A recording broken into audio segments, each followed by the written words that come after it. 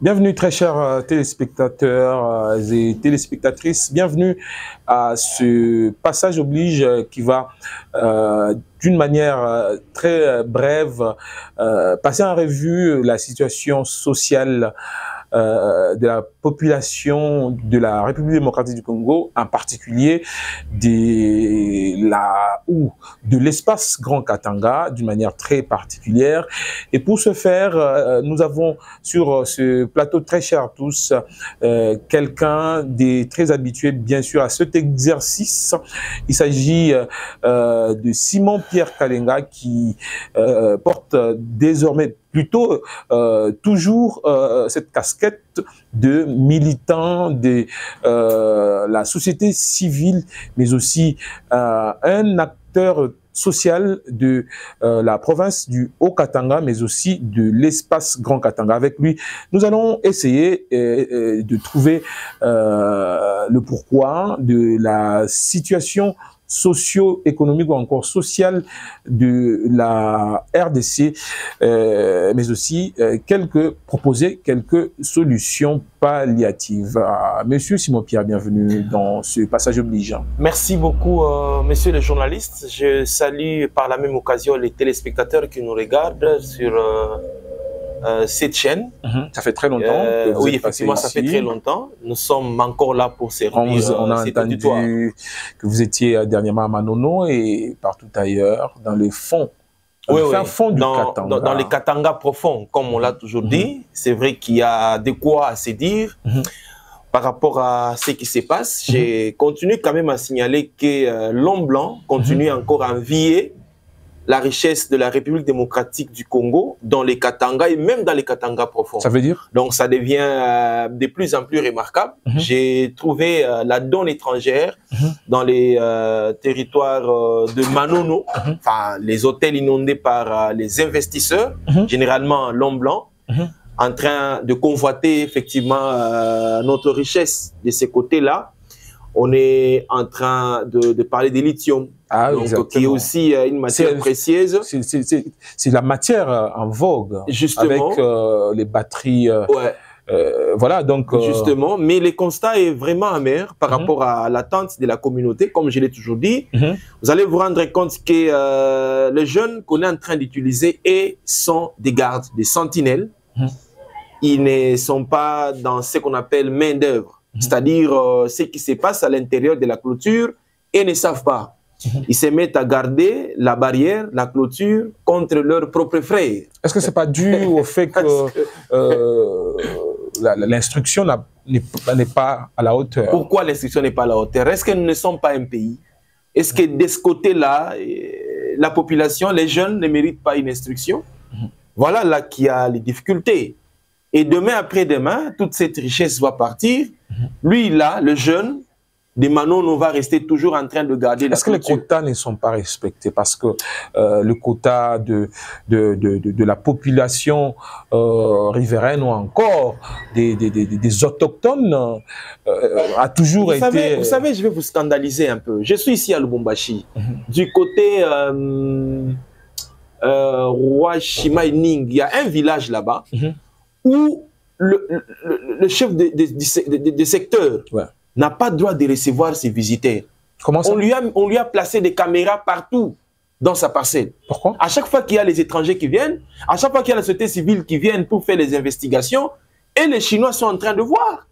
Et à 5 minutes après, leur jeep sera devant la parcelle du chef. Et moi, je me dis, qui contrôle qui? Est-ce que c'est nous qui contrôlons ou bien c'est ceux qui viennent qui nous contrôlent? Malheureusement, c'est ce qui se constate. Et à Manono, j'ai vu aussi, c'est là. Donc, notre richesse convoitée, mais ce que je me demande, c'est sous l'œil impuissant de l'autorité. Parce qu'ils savent au moins ce qui s'est passé. Heureusement que vous êtes de la société civile. Et je dénonce. Le message doit passer. Je dénonce sans gants à la main. Je l'ai dit que l'autorité ne sait pas contrôler cet aspect des choses. Comment les étrangers peuvent nous surveiller? Surveiller même les chefs coutumiers, surveiller même les chefs du secteur. Vous imaginez, les chefs de regroupement. Donc, on n'a plus de mots dans notre pays. Allez à Manono. Allez à Manono. Les hôtels sont inondés, comme je l'ai dit, par les Chinois. Et les autorités savent, parce qu'ils ne peuvent pas entrer sans pour autant passer par des gens, tout ce qui va avec. Il y a une grande vague des Chinois qui ont atterri à Manono. Mais on s'est dit, nos jeunes restent en train de garder la barrière. On leur donne des soi-disant bottines tennies, mais c'est la richesse qui est en train de partir. Je n'ai rien vu des constructions très spéciales à Manono, en faveur de la communauté. Je n'ai rien vu. Même ici à Lubumbashi, je ne vois rien. Je ne vois rien ce que les investisseurs sont en train de faire. Et les autorités sont là. Et aujourd'hui, CEDEM est à mesure. Je parle de CEDEM parce que il y a des contentieux entre CEDEM et la jeunesse. Okay. Mais CEDEM a pris les dessus de cet espace parce que c'est un espace qui appartient aux jeunes. Et CEDEM est en train de se polluer. Vous connaissez l'histoire de Centre Elou Kunila qui héberge les enfants en rupture avec les liens, en conflit avec la loi, comme on peut bien le dire. Et cette histoire est mal partie parce que CEDEM a pollué avec ces extractions minières. Et aujourd'hui, les enfants ne savent plus se retrouver dans de très bonnes conditions. Non seulement ça, l'espace qu'il est en train de prendre les minéraux, c'est un espace qui appartient aux jeunes. Mais vous êtes en train de vous rendre compte que quand nous écrivons, quand nous intéressons les autorités, ils font semblant. Comme s'ils ne connaissent rien. Est-ce que vous ne vous retrouvez pas, vous nous qui, personnellement, sur un terrain glissant quand vous voulez aborder ce genre de dossiers? Je vous ai dit que je suis de la société civile. Je suis en train de parler en... Parce que si on me prenait aujourd'hui et qu'on me disait, donnez-nous les preuves, je descends avec eux. Voilà ce qui se passe. Nous avons la cartographie de la jeunesse. Il n'y a pas que CEDEM. Il y a beaucoup d'entreprises qui sont en train de spolier les espaces des jeunes. Ici? Moi, j'ai parlé de CEDEM, j'ai parlé aussi de Kota Mining. J'ai parlé aussi... Papa, il y a beaucoup. Il y a beaucoup. Vous pensez que j'ai l'aspect de quelqu'un qui peut avoir peur pour citer ces entreprises qui sont en train de spolier les investisseurs? Ils ne sont pas des Congolais, papa. Est-ce que on peut prendre ça comme le tableau sombre de la situation sociale du grand espace Katanga, par exemple? Mais en fait, ce que nous ne savons pas, moi particulièrement, je dois le dire, je ne maîtrise pas la donne politique. Je ne sais pas si en politique, on les apprend quoi. Je ne sais pas si en politique, on les apprend une fois entrés, fermer les yeux, laisser que le peuple continue à souffrir. Je ne sais pas si c'est ça la bonne leçon que la politique est en train d'apprendre à ses acteurs. Mais ça ne se comprend pas. Même l'histoire ici des redevances minières, les cahiers de charges, tout ça. Qu'est-ce que ça donne? Mais cette histoire des redevances minières, les bourgmestres, vous savez ce qui se passe avec les bourgmestres qui ne gèrent pas catholiquement ces redevances. C'est ce que je vous ai dit. Je ne sais pas ce qu'on apprend dans la crème politique. Parce que visiblement, il n'y a plus d'humanisme. Il n'y a pas d'humanisme dans cette histoire. Il n'y a pas d'humanisme. Vous êtes en train de voir le peuple en train de souffrir, le peuple en train de mourir. Vous vous contentez dans vos jeeps, dans vos vestes. Vous voyagez quand vous voulez. Et les investisseurs viennent ici, ils vont prendre tout, ils vont partir avec. Et après, mais pendant que vos enfants sont en Europe, pendant que vos femmes, il suffit d'avoir un mot de tête, ils sont en Istanbul pour le soin. Mais aussi longtemps qu'ils sont en train de nous parler de la gratuité de l'enseignement, la maternité gratuite, les soins gratuits. Ces soins-là gratuits-là, est-ce que leurs enfants y accèdent? Quand on parle quand on parle de la scolarité, là, est-ce que les enfants, là, leurs enfants, là, étudient aussi gratuitement dans les mêmes écoles où on ne paye pas les moirimou? Est-ce que c'est tout ça là qui constitue le tableau sombre de la situation? Papa, on peut bien se le dire. Hein? La RDC d'une manière générale. On ne doit pas se cacher. Au moins que vous soyez animé d'une mauvaise foi, peut-être que vous êtes en train de manger aussi nuitamment dans le huis clos, que vous allez dire que bon, tout évolue bien. Mais il y a beaucoup à se dire. Il y a beaucoup qui ne va pas. Papa, je vous ai présenté la situation d'ailleurs parlant des minéraux. Je peux aussi vous scandaliser par rapport au changement climatique, la transition énergétique. Ouais. Vous savez combien de fois est-ce que l'extérieur est en train d'envier ces pays? Nous avons notre forêt, nous avons notre bassin au Congo, mais les Congolais n'en profitent pas. Il y a des millions d'argent que les étrangers se donnent comme des cadeaux. Aussi longtemps que c'est les Congolais qui devraient en bénéficier. Vous voyez qu'il n'y a pas de bonne stratégie dans la scène politique. Parce que c'est la politique qui décide. Parce que les décideurs nous viennent de la politique. Ils sont au sommet. Regardez aujourd'hui comment est-ce que l'administration publique est presque par terre. Est-ce que vous vous rendez compte? L'administration publique est presque par terre. Comment ça? Oui, les fonctionnaires de l'État, qu'est-ce qu'ils ont? Qu'est-ce qu'ils donnent? au regard de ce... Papa, un administrateur, c'est un technicien. Si vous négligez un technicien parce que on vous met parce que vous êtes cousin à tel, cousine à tel, 2 mois après, les mandats changent, on vous remplace par quelqu'un d'autre. Pourtant, c'est vous qui gérez presque les solutions de tout ce qu'on a comme argent dans les trésors publics. Mais celui-là qu'on appelle, c'est pas moi, chef de division, chef de bureau, tout ça, il vous regarde, il croise les bras. Il y a des arrêtés qui viennent, qui tombent, qui empiètent même l'administration. On s'est dit, nous sommes où finalement? Et ici, nous demandons que la bonne volonté de nos décideurs, j'ai fait allusion aux hommes politiques, ils doivent regarder aussi autrement. Sinon, nous sommes en train d'aller vers le chaos. Sinon, le pays est en train d'aller vers... Alors, le petit peuple, quand on parle du social, il voit la nourriture, il voit l'eau, il voit les petits besoins. C'est de cela que vous parlez également. Effectivement, c'est ce que je suis en train de vouloir parler. Parce que le peuple que nous sommes, nous avons besoin de manger. Non seulement besoin de manger, nous avons besoin d'investir aussi. Nous avons besoin d'entreprendre aussi. Parce qu'il y a des jeunes qu'on appelle aujourd'hui des jeunes entrepreneurs. Mais ils sont mais dans traités, ce domaine-là, il y a beaucoup d'avancées. Ils sont traités à quelle échelle dans notre pays? Il suffit d'avoir une petite boutique, papa. Vous aurez tout un tas de taxes qui entrent même dans votre capital. Là, on vous décourage finalement. Vous partez dans un autre pays, des pays voisins par exemple. Ils ont pris tout ça en format un seul papier. On vous donne ces papiers une fois que vous payez dans leur banque. Donc tout est bien fait. Chez nous ici, c'est compliqué. C'est compliqué. Et vous dites que vous avez besoin des jeunes entrepreneurs. Ces jeunes entrepreneurs-là, papa, allez au guichet unique, allez regarder comment est-ce que les jeunes sont en train de chercher d'officialiser leurs documents, leur statut, leurs documents pour qu'ils puissent être des tenanciers des entreprises. Mais ils sont remerciés par quelle monnaie? C'est ça le problème. Ils ne sont pas encouragés. Donc les jeunes ne se retrouvent pas. Oui, ils ne se retrouvent pas. Ils s'encouragent même. Alors que la jeunesse katangaise, ce n'est pas un secret. Elle est très divisée. Effectivement, c'est ça. Très divisé. Bon, effectivement, c'est ça. Très divisé, je le dirais ainsi. Ça peut être que comme ça. Ils sont vraiment divisés. Pourquoi? Parce qu'ils ne sont plus maintenant dans l'idéal. Est-ce que cette attitude-là facilite les choses?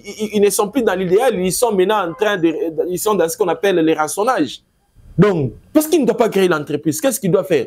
Il doit aller rançonner. Il doit se faire voir qu'il est patron, qu'il a les jeunes avec lui. Et finalement, ils vont aller séduire un homme politique qui a un peu de moyens, il va financer son mouvement et puis ça évolue comme ça.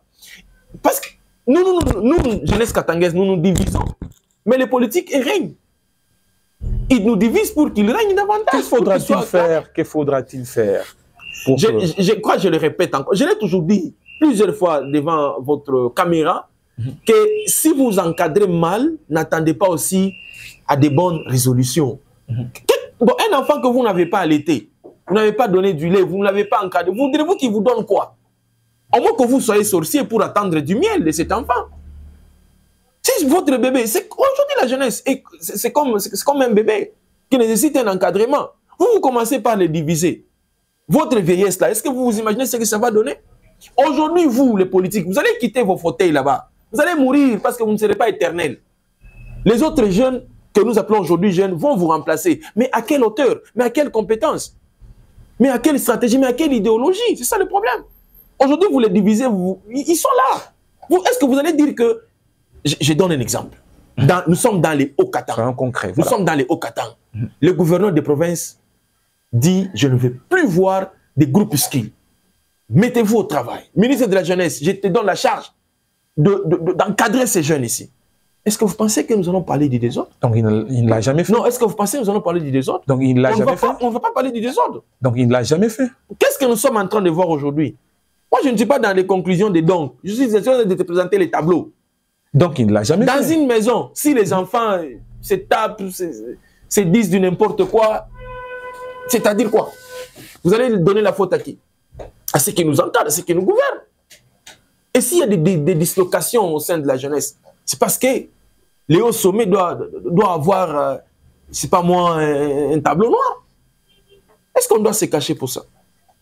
Voilà, donc la situation sociale, le tableau est tout noir pour vous.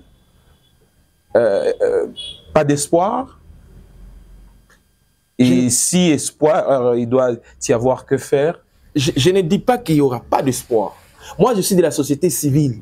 Donc, je suis appelé à soutenir les institutions officielles. Je dois soutenir ça. C'est ça, nous. Moi, je ne suis pas de l'opposition. Tout en les critiquant. Papa, les critiques aussi, il faut évoluer des choses. Vous ne savez pas ça?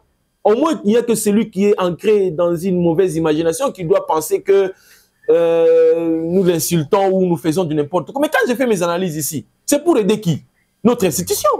Quand je dis que tout va mal, c'est pour que celui qui est en train, qui a une parcelle de pouvoir, doit savoir comment améliorer les choses. Parce que je ne suis pas un fou, je me réveille le matin comme ça, je commence à dire ici ça ne va pas, ici ça ne va pas. C'est parce que je suis en train d'analyser, je suis en train de voir les choses que voilà, ici il y a ça ne va pas. Et je l'ai dit. Est-ce que vous le faites d'une manière coordonnée? C'est-à-dire la société civile qui prend des initiatives de faire des mémos. Combien de fois aller voir comme dans mon bureau, j'ai plus de 500 mémos depuis que j'ai commencé ces grands travaux ici. Et vous pensez qu'il n'y a jamais eu des résultats? On dépose auprès de qui? Si nous sommes en train d'en parler encore, c'est parce qu'il y a un ça ne va pas. Voilà que nous sommes en train d'en parler. Il y a un ça ne va pas. Donc, ceux qui nous gouvernent doivent regarder, chacun dans sa parcelle de pouvoir, doit regarder comment améliorer. Et qu'est-ce qui doit être prioritaire? Qu'est-ce qui doit être fait prioritairement de façon à renverser peut-être les tendances? Moi, j'ai toujours dit qu'il faudrait encadrer la jeunesse. Regardez aujourd'hui, je vais vous scandaliser. Vous savez ce qui s'est passé dernièrement avec nos amis de l'IDPS, la jeunesse IDPS? Ce qui s'est passé, les motards en ville, finalement, ce sont des balles, les crépitements des balles. Et finalement, vous allez vous rendre compte que tous sont les enfants d'une même famille, d'un même parti politique. Et c'est au bénéfice de qui? La jeunesse qui est en train de se diviser. Aujourd'hui, regardez sur les réseaux sociaux. Oh, tel, allons-y, accompagnez tel. Oh, nous n'irons pas là-bas, nous serons ici. Oh, tout ça, tout ça. Pendant que l'homme politique est en train de croiser ses bras, en train d'aller. Ça n'empêche pas ces vols pour aller à Istanbul ou aux États-Unis. Ça n'empêche pas que sa maison continue à pousser. Et ça n'empêche pas que sa femme soit aux États-Unis et ses enfants. Pendant que la jeunesse qui s'appelle d'ailleurs combattant, moi je ne sais pas, qui s'appelle combattant en train de se diviser, ça n'empêche pas. Mais au moins il a le pouvoir. Mais au moins il est en train de profiter de son temps. Ils se battent pour avoir des postes. Mais les jeunes qui sont dans leur parti politique, c'est là que moi je suis. Et moi, j'appelle cette jeunesse une jeunesse inconsciente. Au regard de toutes ces tractations politiques, ça profite à qui, vous, jeunes? Et ils sont déjà des colons. Ils ont déjà ce qu'ils ont là. Mais vous vous battez ici, vous n'aurez rien. Vous n'aurez rien. Parce que vous avez... En lieu et place un bon encadrement. En principe, si ces gens étaient vraiment des bonnes personnes, ils devraient commencer par vous encadrer. Peut-être avoir une grande ferme, avoir un champ, peut-être les soumettre à des travaux pour qu'ils puissent commencer à récupérer. C'est comme ce que la bourgmestre Mireille Kiléché a fait avec la jeunesse. Elle a dit que moi, je donne l'assainissement à la jeunesse. Et ce n'est pas ses frères, c'est la jeunesse de la commune annexe. Et elle a dit tout haut. Et la jeunesse aujourd'hui est en train de s'organiser pour commencer à assainir la commune annexe.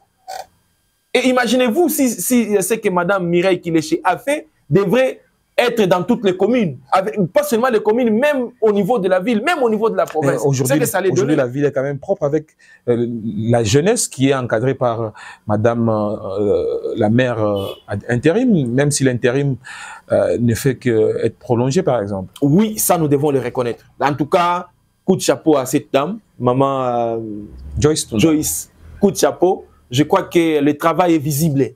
Le travail est visible, bien qu'il y a des couacs encore avec le motard. Quels sont les couacs? Je suis au niveau de Roué, Coin Cabalo. Papa, il y a des massacres. Je ne sais pas si ces inspecteurs-là ont été instruits pour faire ça, ou bien ils le font par la mauvaise foi, ou bien, papa, on tire donc quelqu'un sur la moto.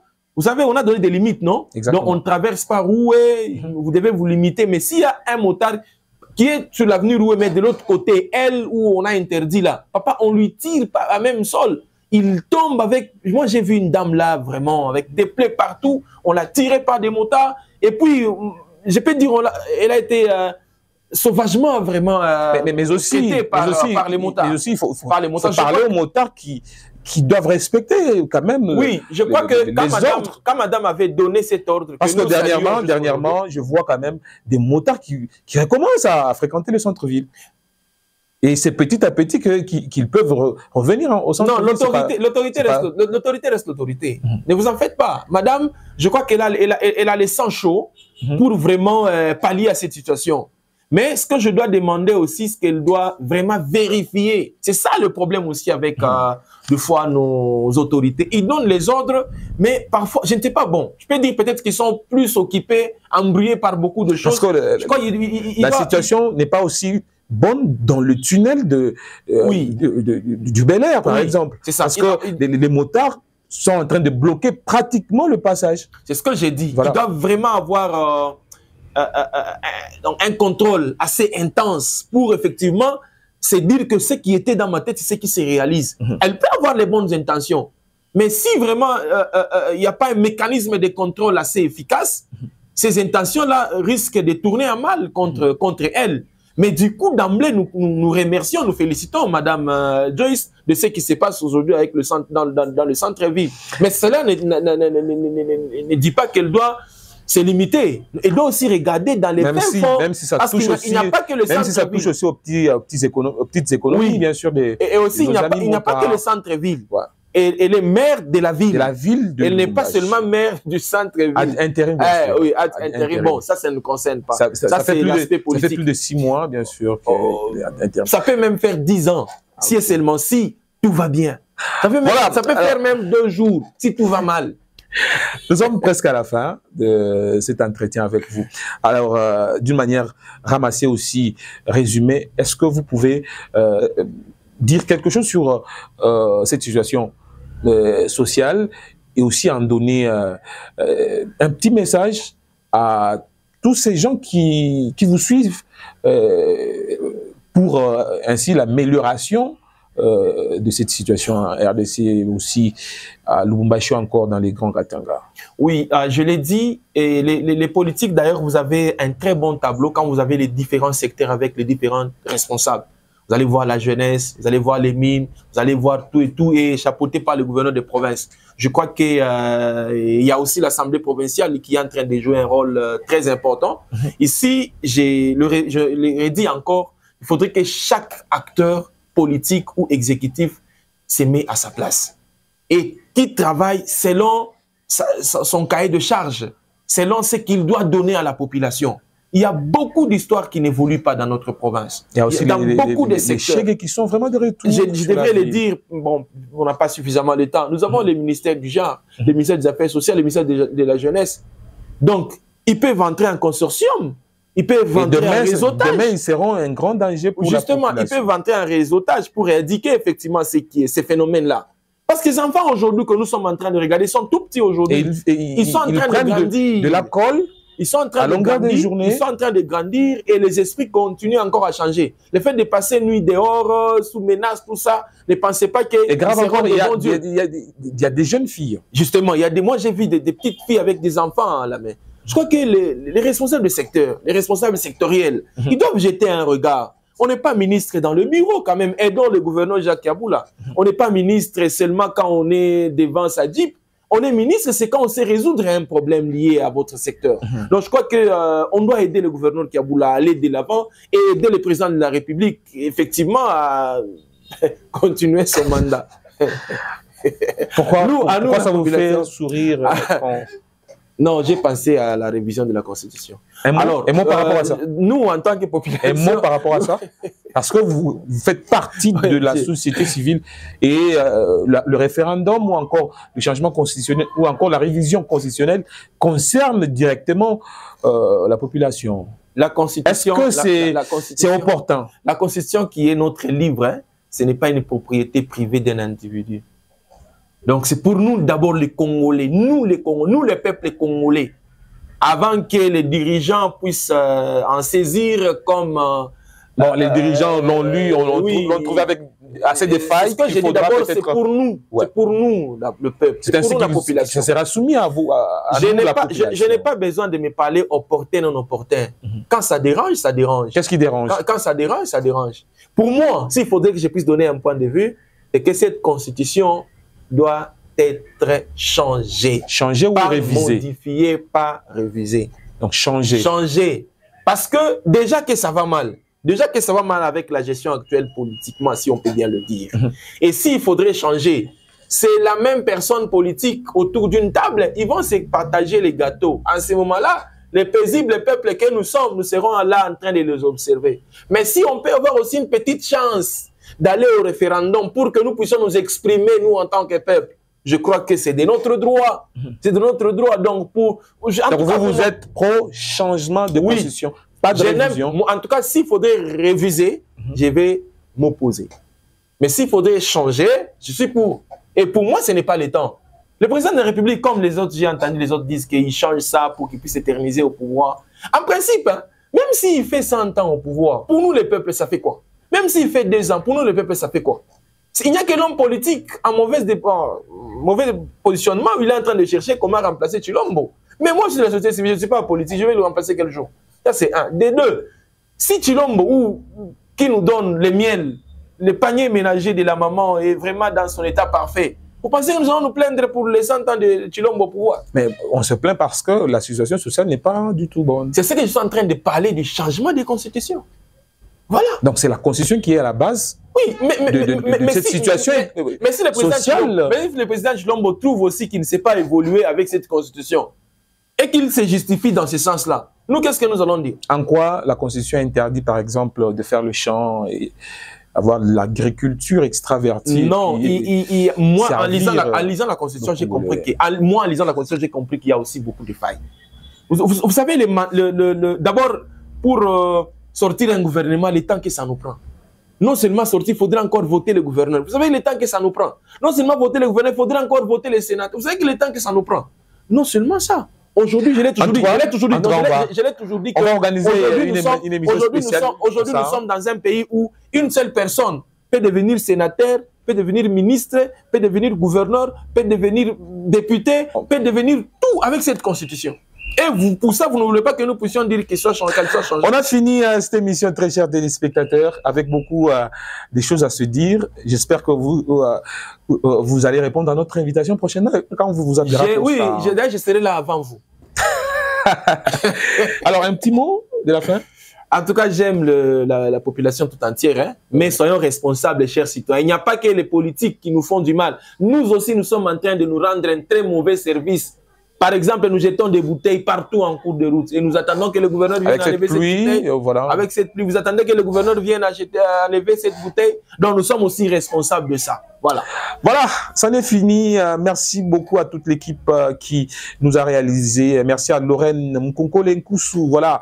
Merci également à Daniel Kalimi Lokoko. Merci à Abigail Biaka, Christian et toute l'équipe derrière les caméras. Nous vous retrouvons à la prochaine avec le même et réel plaisir. Surtout, n'oubliez pas de vous abonner à toutes nos plateformes. Cédric Isaac Tshishimbi, Facebook, mais aussi Cédric Tshishimbi, le lien YouTube. Et j'en profite pour vous dire merci parce que nous avons atteint la barre de 2000 abonnés sur YouTube et j'espère que nous allons en faire autant pour vous servir. Nous vous retrouvons à la prochaine.